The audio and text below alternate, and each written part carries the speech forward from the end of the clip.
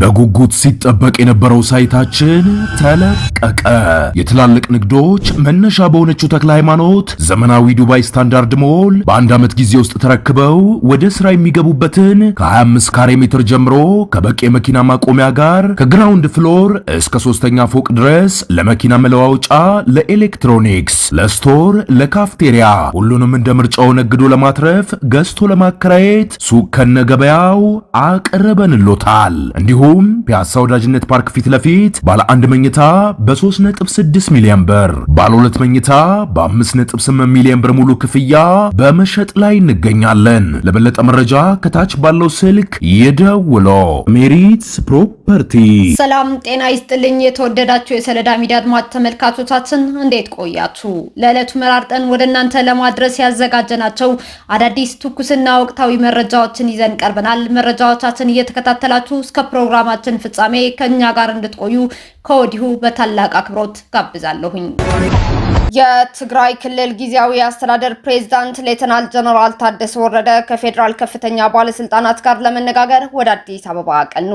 የትግራይ ክልል ጊዜያዊ አስተዳደር ፕሬዝዳንት ሌተናል ጀነራል ታደሰ ወረደ በትግራይ ወቅታዊ ሁኔታ ላይ ለመነጋገር ትናንትና መጋቢት 27 2018 ዓ.ም አዲስ አበባ ገብተዋል።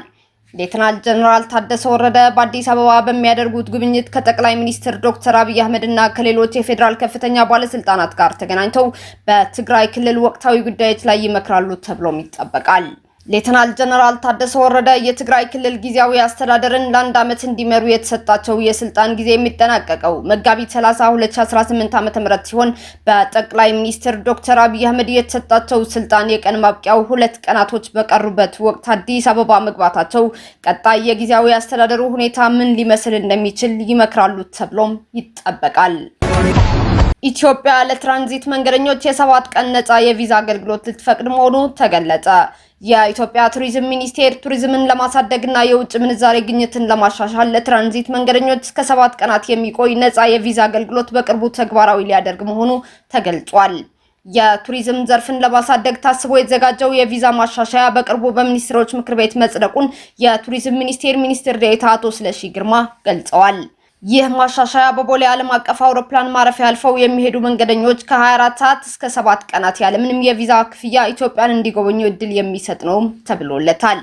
ይህም ለመንገደኞች በአውሮፕላን ማረፊያ ረጅም ሰዓታት ከማሳለፍ ይልቅ አዲስ አበባን ሌሎች የበረራ አማራጭ ያለባቸው የቱሪስት መዳረሻዎችን እንዲጎበኙ የሚያስችል መሆኑን ሚኒስትር ዴኤታው አብራርተዋል። የስቶፕ ኦቨር ቱሪዝምን ውጤታማ ለማድረግ የቱሪዝም ሚኒስቴር፣ የኢሚግሬሽን ዜግነት አገልግሎት እንዲሁም የኢትዮጵያ አየር መንገድ በቅንጅት ለመስራት ስምምነት ማድረጋቸውም አቶ ስለሺ ገልጸዋል። በጎንደር ፍቅረኛውን በግፍ ገድሎ የዘረፈው ግለሰብ በ25 ዓመት ጽኑ እስራት ተቀጣ። በማዕከላዊ ጎንደር ዞን ማራኪ ክፍለ ከተማ ውስጥ የፍቅር ጓደኛውን በአሰቃቂ ሁኔታ ገድሎ ገንዘብ የዘረፈው ብሩክ ደጀን የተባለ ግለሰብ የ25 ዓመት ጽኑ እስራት ተፈረደበት። ግለሰቡ ወንጀሉን የፈጸመው ባህር ዳር የታመመ ቤተሰብን ጠይቅ በሚል ሰበብ ጥጋብ ሙላትን ይዟት ከወጣ በኋላ ነው። ለ2 ቀናት ያህል በተለያዩ ሆቴሎች ካቀያት በኋላ ሐምሌ 3 ቀን 2017 ዓ.ም ሌሊት 11 ሰዓት ላይ ቤተክርስቲያን ተሳልመን እንመለስ በማለት አታሎ አቡነ ሐራ ቤተክርስቲያን አቅራቢያ ወደሚገኝ ጫካ በመውሰድ በፌሮ ብረት ጭንቅላቷን ደጋግሞ በመምታት ህይወቷን እንዲያልፍ አድርጓል። ግድያውን ከፈጸመ በኋላም የሟችን ሞባይል ስልክና በባንክ የነበራትን 465214 ብር ወደ ተለያዩ ሰዎች አካውንት አስተላልፎም ወስዷል። በተጨማሪም የሟችን ስልክ በመጠቀም ለወንድሟ ጸበል ቦታ ነኝ ብር ስለቸገረኝ ላኩልኝ የሚል የሐሰት አጭር መልእክት በመላክ ተጨማሪ 86000 ብር አጭበርብሮም ተቀብሏል። የሟች ቤተሰቦች ባደረባቸው ጥርጣሬ ለፖሊስ በሰጡት ጥቆማ መሰረት በተደረገ ምርመራ ተከሳሹ በቁጥጥር ስር ውሏል። የማዕከላዊ ጎንደር ዞን ከፍተኛ ፍርድ ቤትን በአቃቢ ሕግ የቀረበለትን የሰውና የሰነድ ማስረጃ መርምሮ ጥፋተኝነቱን በማረጋገጡ መጋቢት 25 ቀን 2018 ዓ.ም በዋለው ችሎት በ25 ዓመት ጽኑ እስራት እንዲቀጣ የመጨረሻ ውሳኔውን አስተላልፏል። የኤርትራ ብሔራዊ ቡድን ተጫዋቾች መኮብለላቸው ተሰማ። የኤርትራ ብሔራዊ ቡድን የቅድመ ማጣሪያ ጨዋታውን አሸንፎ ወደ አፍሪካ ዋንጫ ማጣሪያ ምድብ ድልድል መቀላቀሉ ይታወቃል። አሁን ላይ 7 ያህል የብሔራዊ ቡድኑ የሀገር ውስጥ ተጫዋቾች ከቡድኑ ስብስብ መጥፋታቸው ተገልጿል። በሀገር ውስጥ ይጫወቱ የነበሩ 7 ተጫዋቾች ስዋቲኒ ላይ መጥፋታቸው ታውቋል። ተጫዋቾቹ ብሔራዊ ቡድኑ ወደ አፍሪካ ዋንጫ ማጣሪያ እንዲመለስ ከረዱ በኋላ ለመመለስ ፈቃደኛ አልሆኑም። በቡድኑ ስብስብ ከተካተቱ 10 በሀገር ውስጥ የሚጫወቱ ተጫዋቾች 3 ብቻ መመለሳቸውም ተዘግበዋል። የምዕራባውያን የዲሞክራሲ ስርዓት ገዳይ ነው፣ አፍሪካውያን ሊረሱት ይገባል ሲሉ የቡርኪና ፋሶ መሪ ኢብራሂም ትራኦሬ ተናገሩ። የቡርኪና ፋሶ ወታደራዊ መሪ ካፒቴን ኢብራሂም ትራኦሬ የምዕራባውያን የዲሞክራሲ ስርዓት በአፍሪካ ምድር ላይ ደም መፋሰስን እንጂ እድገትን አላመጣም ሲሉ በጽኑ ተቃውመውታል። መሪው ባደረጉት የቴሌቪዥን ቆይታ የሀገሪቱ ህዝብ ስለ ዲሞክራሲ ያለው ሐሳብ መዘንጋት እንዳለበትና ስርዓቱ ለአህጉሪቱ የማይበጅ ባዕድ መጫወቻ መሆኑን ገልጸዋል። ትራኦሬ በንግግራቸው ምዕራባውያን ዲሞክራሲን ለማስፈን ጣልቃ በገቡባቸው ሀገራት ሁሉ ውጤት ውድመት መሆኑን ጠቅሰዋል። ለዚህም እንደ አብነት ያነሱት የሊቢያን ጉዳይ ሲሆን በሙአመር ጋዳፊ ዘመን ህዝቡ ነጻ ትምህርት፣ ሕክምናና መኖሪያ ቤት ያገኝ ነበር። ምዕራባውያን ጣልቃ ገብተው ጋዳፊን ከገደሉ በኋላ ግን ሊቢያ በማብቂያ የሌለው ትርምስ ውስጥ ትገኛለች ሲሉ የስርዓቱን ገዳይነት አስረድተዋል። መሪው በአፍሪካ ፖለቲከኞች ላይ ያላቸው እይታም አልሸሸጉም። እውነተኛ ፖለቲካ የሚባለው ውሸታም፣ አድርባይና በአፈጮሌነት ህዝብን የሚያታልል ነው ያሉ ሲሆን የፖለቲካ ፓርቲዎችም ለሀገር አንድነትና እንቅፋት ከፋፋይ በመሆናቸው በሀገራቸው እንዳይታገዱ ማድረጋቸው ተከላክለዋል።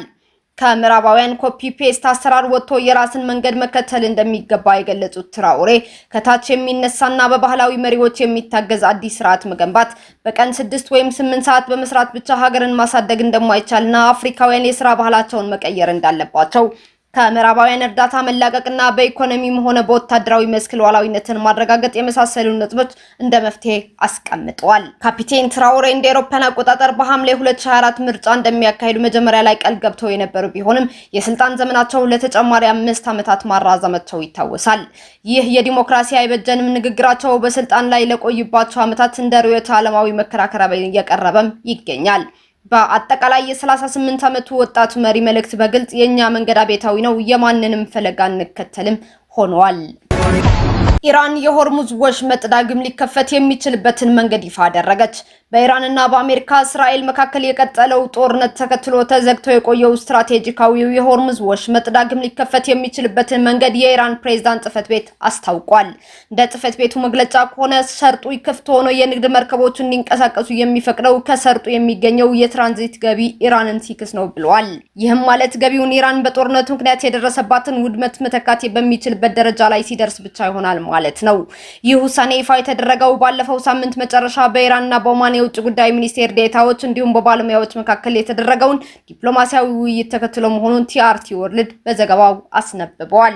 በውይይቱ ላይ ይህ ወሳኝ የባህር መስመር ለዓለም አቀፍ የንግድ መርከቦች ደህንነቱ የተጠበቀ እንዲሆንና ዳግም ወደ ስራ እንዲመለስ ስለሚቻልባቸው አማራጮች ሰፊ ምክክርም ተደርጓል። ምንም እንኳን ሰርጡ ለመክፈት የካሳ ክፍያ እንደ ቅድመ ሁኔታ ቢቀመጥም የዲፕሎማሲያዊ ጥረቶቹ መቀጠል ለዓለም አቀፍ የንግድ ፍሰት መረጋጋት እንደ መልካም ጅማሮም ተደርጎ ተወስዷል። በሌላ በኩል የአሜሪካው ፕሬዝዳንት ዶናልድ ትራምፕ ኢራን የሆርሙዝ ሰርጥን እንድትከፍት የሰጡትን ማስጠንቀቂያ ተከትሎ ግልጽ የጊዜ ገደብ ማስቀመጣቸው ተገልጿል። ፕሬዝዳንቱ በትሩዝ የማህበራዊ ትስስር ገጻቸው ላይ ባሰፈሩት አጭር መልእክት በቴህራን አካባቢ ሰዓት አቆጣጠር ረቡዕ መንፈቀ ሌሊት 9:30 ሰዓት ሲሉ ቀነ ገደብ አስቀምጠዋል። ፕሬዝዳንት ትራምፕ ቀደም ብለው ለዎል ስትሪት ጆርናል በሰጡት መግለጫ እስከ ማክሰኞ ምሽት ድረስ ሰርጡን ካልከፈቱ ምንም አይነት ኃይል ማመንጫ ጣቢያዎችም ሆነ የቆሙ ድልድዮች አይኖራቸውም ሲሉ ዝተዋል።